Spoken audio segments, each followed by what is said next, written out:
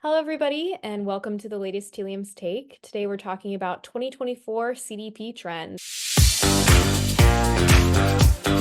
I'm joined by three senior leaders of our product marketing team. What is the state of the CDP report and how is it helpful? The State of the CDP report is our annual report comprised of a global survey of about 1,200 professionals in IT, operations, marketing. It really provides a comprehensive overview of the evolving landscape and trends that are shaping the CDP category. A few things to note from the 2024 study this year. One of the primary takeaways is how companies are really focused on customer experience and the need for a unified data set across the organization so that they can react and provide great customer experiences in real time. What's interesting is it's also highlighting how CDPs have become critical in helping companies comply with current privacy regulations and prepare for future changes, as well as providing the right data available for AI and machine learning projects. The findings indicate that companies are very satisfied with their adoption of CDPs to meet these objectives. What we found is that 89% of companies that have a CDP are stating really high levels of satisfaction in meeting their business goals over the past 12 months, compared to only 60% of companies being satisfied that don't have a CDP. It looks like a common theme year over year is how the bar for CX gets just increasingly high. And this report shows how every part of the organization is really touching that goal to deliver better CX.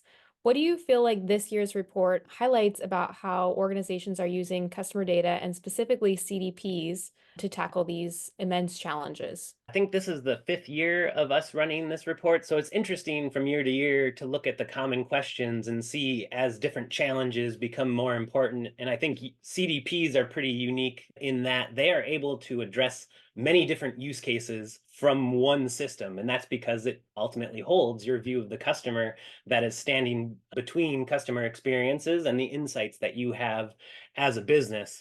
One thing that stood out as far as a trend this year was that customer acquisition overtook privacy as the number two use case for CDPs. When you think about customer data, the main bulk of data that you're working with in a CDP is about a customer, somebody who's already bought before.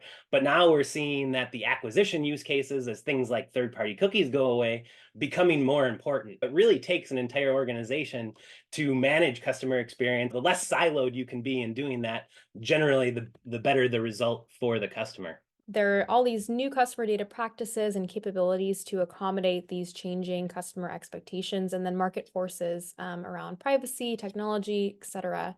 So are companies using CDPs to kind of break down these data silos and deliver real-time conversations with their customers? How does that work? I think that's one of the big takeaways from this report is just how much CDPs are shifting into kind of holistic ownership across the organization. So one question we ask is around who owns the CDP and ultimately who utilizes the data from the CDP. On the top, you see who tends to own the system. On the bottom, you see who utilizes data from that system.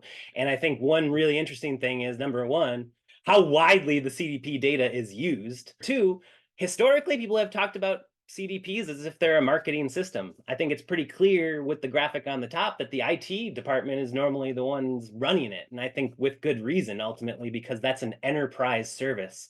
So by having IT own it, every department across the company can benefit from that data. And ultimately, when you have a less siloed view of the customer experience is what wins at the end of the day. There's new systems, new players kind of in the CDP space. So, Sav, could you tell me about how this impacts planning business operations and then how it meets customers in the moment and helps focus on customer retention as a whole? Customer retention has always been a team sport. And as Matt was just pointing out, while CDPs have traditionally been thought of as a marketing system, at the end of the day, they all hold the customer data.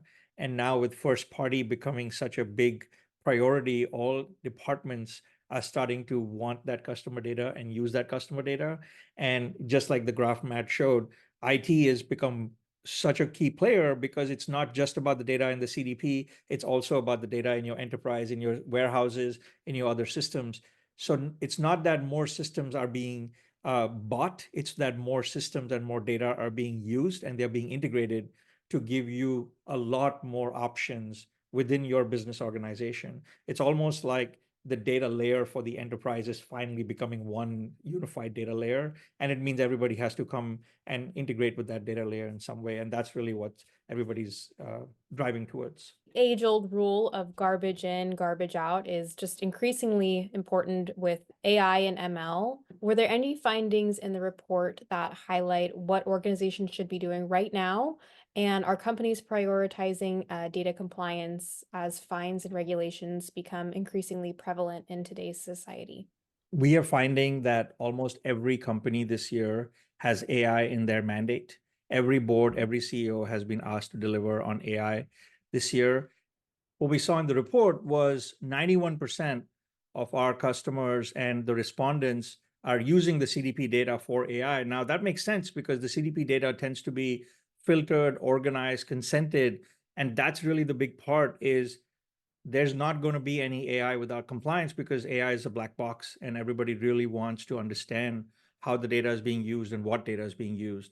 And CDPs have become critical for AI initiatives because they really organize the data, make sure it's exactly compliant for AI, and then send it to the AI systems. And in the case of Tealium, we're able to even activate that data back from the AI systems and make sure that the businesses are able to take action.